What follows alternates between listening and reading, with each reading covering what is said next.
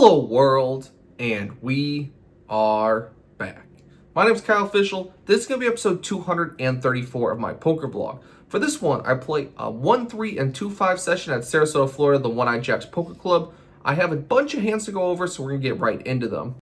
First hand of note. I'm in the hijack. I look down at Jack 10 of spades. With one limp, I raise it up to $20, and this makes the small blind and the limper decide to call. So we end up going three ways to a flop, which comes Queen 7-5 with two spades. Flopping a Jack high flush draw and some backdoor straight potential. When it checks to me, I'm going to start with a very small bet. Betting $15 on this flop. I think it's hands like pocket sevens and 7-5 suited. Two pairs plus to raise because they're afraid of the draw heavy board. But all single pairs I think are going to just call, which means we get to get a little bit more information based on what my opponents want to do. And when the small blind folds and then the limper decides to call, we end up going heads up to a turn card, which is the ace of diamonds. So we do pick up a gut shot to a straight. But more notably, it's a card higher than the queen. So if my opponent had queen X, it's going to be kind of hard to hold on versing a second barrel. So we're going to size up here a bit. I bet $50, hoping that all single pairs have to fold this one. The ace is much better for me. And additionally, if called, I can just hit my 13 outs to a basically nutted hand. But luckily for me, it does not come to that. We take down the pot. We win the first significant hand of the day with a bluff. Confidence is definitely getting high right now. On the next interesting hand, I look down at Queen Jack of Hearts from the big blind.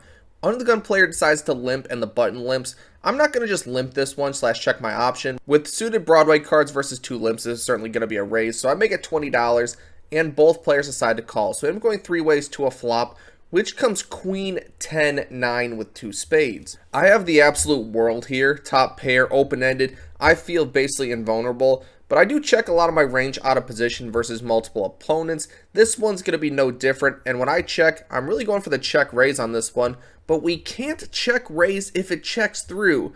So that's fine. I'm not worried about any turn cards. But it turns out the Jack of Clubs is one of the worst turn cards in the deck. Took my happiness. Took my trust. And I didn't even really consider that my hand can turn to dust. But yeah, I have two pair and a four liner. This is pretty bad. Now I don't think my hand can even check. I think it's relegated to a check call kind of hand. And when I check, it checks all the way to the button. He bets $20. Not going to fold to one bet. We have full house outs. There's a chance that my opponent's just stabbing because it's been checked to him twice as well. So we're definitely going to call this one. And when we go heads up to a river, which is the 6 of hearts, I get no improvement. And my opponent decides to bet $35. It's such a milky, gross size. Like, I feel like I'm just running into a king here most of the time. And flop top pair plus open-ended looked pretty good, but it got a pretty bad run out. So we're just going to let this one go and say nice hand to my opponent. Following that, I'm on the button. I look down at ace 10 offsuit. When the cutoff and the low jack decide to limp, I end up making it $20. Both of the limpers decide to call, so we end up going three ways to a flop with a decent hand in position. And the flop comes 8-3-4 rainbow. Not a horrible flop for me. I don't really expect my opponent to have threes or fours all that often. I have all the overpairs in range, so this board's actually not bad for me. When both players check to me, I bet $30. Players who limp call have a very wide range, and there's going to be tons of just straight misses on this board. And if we can thread the needle and pick spots to fold out our opponent's air periodically across a session, it's going to help our win rate a great deal. But to this $30 bet, both players decide to call, which I'm kind of shocked to see. Really hoping for a high turn card that's much better for my range than my opponent, so I can throw in the second barrel. But the turn is the 7 of clubs. If either of these opponents had a random 8, it's feeling pretty fine with that 7 coming out. Also gives them two pair at least some of the time, so we're not putting the second barrel on this one. When it checks to me, I check it back. And the river is the 9 of spades. Definitely not going to call a bet if my opponents decide to throw one out there, but both of them check to me. Now, I don't think it's very good to bet into two people as a bluff all that often, but I think if either one of them had two pair, they would have bet this river themselves and not given it the chance to check through. So thinking I'm versing one pair of 8s at best, I'm going to throw in a very large bluff attempt. I bet $100. I think my line doesn't make a whole lot of sense, but most players can't really see that the line doesn't make sense. They just say, Oh, I've got 8 jack and a 9 hit, so I guess I fold. Additionally, having a 10 in my hand's kind of nice. I block jack 10 if any of these opponents were worried about the nut advantage. Additionally, I might have that hand myself. Just bet with jack 10, 2 overs and backdoor straight draw, flush draw, and back into it. And my opponents might be peeling one flop bet with random ace and king highs, just not believing the standard C bet that happens so often at these games.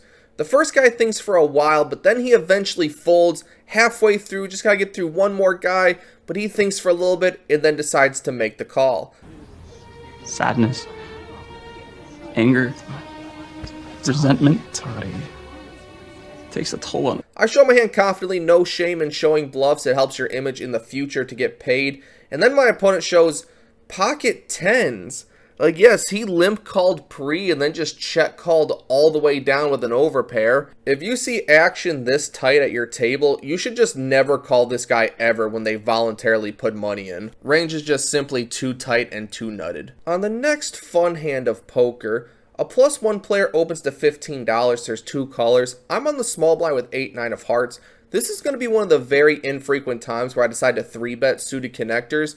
Think it takes down the hand a lot of the time, and playing a bloated pot with a hand this strong is fine. We certainly didn't come here not to battle. But when I make it $65, the +1 player decides to call and the button decides to call. So we're going 3 ways to a 3-bet pot, which comes king, jack, 8, rainbow with 1 heart. As I'm in the small blind and out of position to 2 people, I'm certainly going to be checking my whole range here most of the time.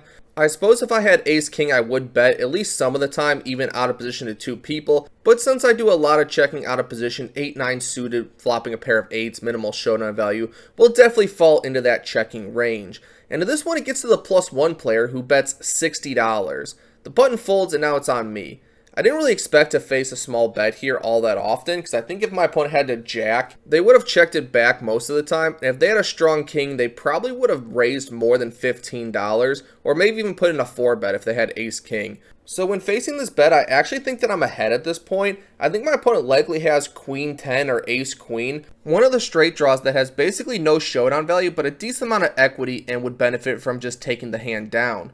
So I'm going to make the call here thinking that I'm ahead, but the turn is the queen of spades. So now every straight draw possible, even the 9-10, is all got there to beat my pair of 8s. So I'm kind of done with this hand.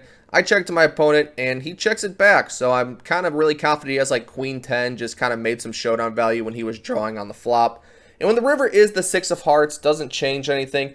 I check to my opponent expecting to lose here most of the time. And when he checks it back, I show my cards and he takes a second before showing pocket 9s. So this is one where if we just c-bet on the flop or even just analyze that our opponent has likely a pair of queens at best on the river, throwing a big barrel there, we can get him off this hand a lot of the time. We just chose a little bit too passive of a line, and that often stems from playing out of position. So that's why it's much better to just wait to pick up strong hands, play them aggressively in position where we can over-realize our equity and get our opponent to make folds that they otherwise wouldn't.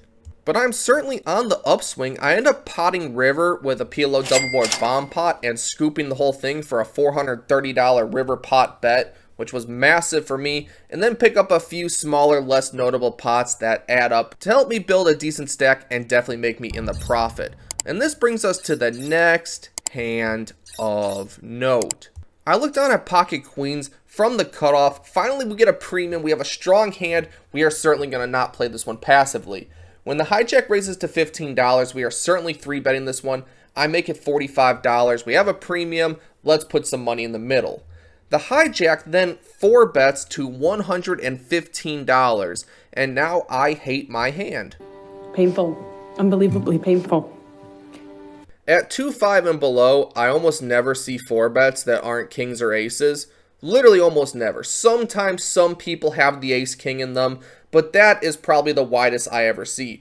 Jacks and queens certainly just call 3-bets. They hardly ever 4-bet. That is all but unless you're versing a confirmed maniac where you've seen him do some wild stuff. So I'm giving my opponent an abundance of credibility at this point. Part of me wants to just fold right now, but I didn't drive all the way to Sarasota to fold pocket queens to a pre-flop 4-bet. So I make the call, and the flop comes 8-4-4 with 2 hearts. As my opponent is first to act and we're both $1,200 deep, he just goes all in. That is super bizarre. That is quite an overplay. It's a relatively safe board if you had overpairs. The only hand that might do this as a bluff is ace king of hearts specifically, and against that hand it's like a pure 50-50. And when facing a 5 to 6x pot overbet jam, I think we can just fold everything here except for pocket eights. We just get in there and say nice hand when we win. I did take a few seconds and considered calling because this line of action on the flop is likely 9s, 10s, jacks. Those hands feel like they have the best hand. They have an overpair. There's a ton of bad turn cards. They'd rather just get it over now, get all the money in, and hopefully just take down the hand. So part of me was going to call this, but then we have to remember we have to add all the information together. And 10s, jacks, 9s certainly don't 4-bet pre-flop at 2-5 and below, so we can discount those. So I guess it's just kings or aces, and I just kind of reluctantly, unhappily fold, and then my opponent shows pocket aces. So I guess it's a good fold, and we didn't lose too much money, but losing $115 is definitely a sting, but when it's queens into aces, it's kind of a good result, I suppose. Much better than getting stacked, for which we easily could have with certain runouts that are really low, like this one. On the next fun hand of poker, a little bit more standard on this one, I'm on the button with queen jack of hearts. With 2 limps, I raise it up to $45. The big blind and the under the gun player decide to call, so we end up going 3 ways to a flop, which comes jack, 6, 5, 1 heart. Feels good, top pair, good kicker. And when both players check to me, we're just going to go for a standard C bet. We have top pair and a good kicker. That means we bet. So I bet $45. To this bet, only the big blind decides to call, so we're going to end up going heads up to a turn card. I'm hoping for a good one, and the king of clubs is not one of them. When my opponent checks to me, my hand's been downgraded. I don't really think he has a king all that often. I think more likely he's got like 7-8 most of the time. But this is the opponent where if you bet and he senses weakness or feels like he can take it down, he might just rip it on me for $1,500 if I put in a weak double continue and he thinks that a king's going to be a scare card. So I check it back, trying to realize my showdown value, hopefully get a safe river card. But we can't get that either. The river is the ace of spades. Somehow we hit 2 overcards when we flop top pair. And luckily my opponent checks to me. I don't think there's any way I could bet here. I check it back. Unfortunately for me, if he had like ace 4, backdoor flush draw, backdoor straight draw, those hands all get there. But when I check it back, my opponent says 8 high, so I'm guessing it is 7-8. And I show my hand, and somehow with a terrible, terrible run out, we still somehow pull a win on this one. On the next hand of note, I look down at jack 10 of spades from the button. The low jack makes it $25. The cutoff button and big blind decide to call, so we end up going 4 ways to a flop, which comes 9, 7, deuce with 2 spades. We have a gutter, we have 2 overs, we have a flush draw. We have one of our play for stack draws that I am certainly going to play aggressively if given the choice to. And the preflop aggressor continues for $45. And versus this action, I think that this is a pure raise for me. If he has an ace-x hand, he's just doing a standard C bet. He's going to hate to see a raise when this board has a clear nut and range advantage for me. I have every set in range, all the 2 pairs, 10-8, jack 10 of spades. Tons of good stuff, and this hand's going to be a raise for me. I make it $150. Everyone else folds. My opponent thinks for a little bit and folds. And this is just a way you can punish people who are c-betting a little bit too frequently. Like, they can't have it every time, and a 9-high board's unlikely to connect with a pre-flop aggressor. So when we have this strong, we can punish the over c-bet frequency and just take down a hand without actually realizing our equity, which is quite good. And when we find a final hand of note, I look down at 6, 7 of hearts from the small blind with 4 limps. I'm going to go big with this because if I just take it down now versus all the limpers range, I get like $40 in dead money. So I raise it up to $40, and only the under the gun player decides to call, so we end up going heads up to a flop, which is bink 6, 6, 5 with 2 clubs. 3 of a kind on a draw heavy board is a pretty good thing to happen. Out of position, I'm going to do a lot of checking to my opponent, see what he wants to do. I think a lot of his hand strength is given up by his bet sizing. And when I check to him, he bets $40.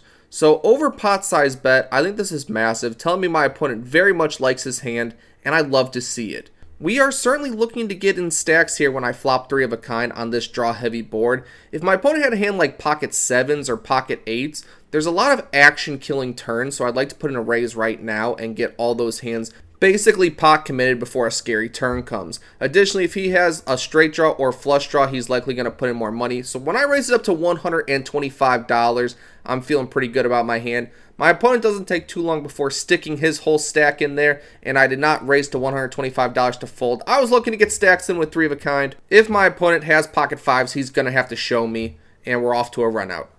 And the turn comes the 8 of spades. I pick up a straight draw. For some reason, my opponent has like ace 6 and has me out kicked.